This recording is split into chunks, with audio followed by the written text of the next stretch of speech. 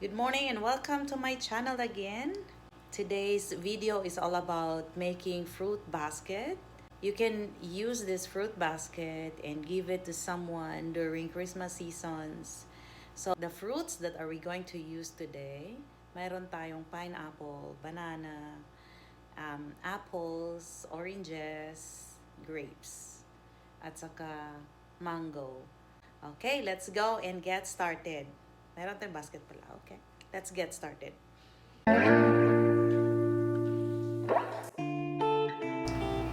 Okay, so we need basket para sa ating, syempre, fruit basket. So we need basket. May na-prepare din akong plastic. Doon ko siya binili sa dollar store. Pati ito siya guys, binili ko siya sa dollar store. This is $4 only doon sa dollar store. And this one is $1.25. Plastic ito siya guys para sa pang-wrap natin dito. And bumili din ako ng ribbon, bows, sabi nila. This is also $1.25, pero dalawa na sila, so we can use 2 fruit baskets. This time, gagawa ako ng 1 basket lang muna para bibigay natin sa ating friend na si Rowena. Okay.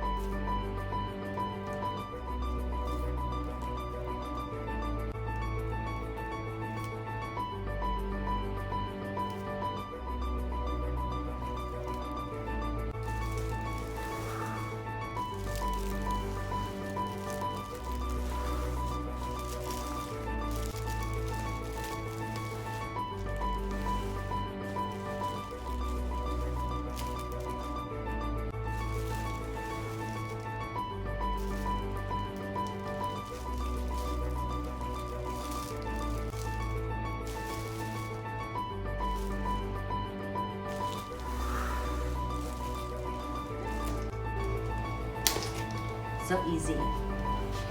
Okay guys, so ito ang ating fruit basket today. Thank you. Thank you for watching. Bye.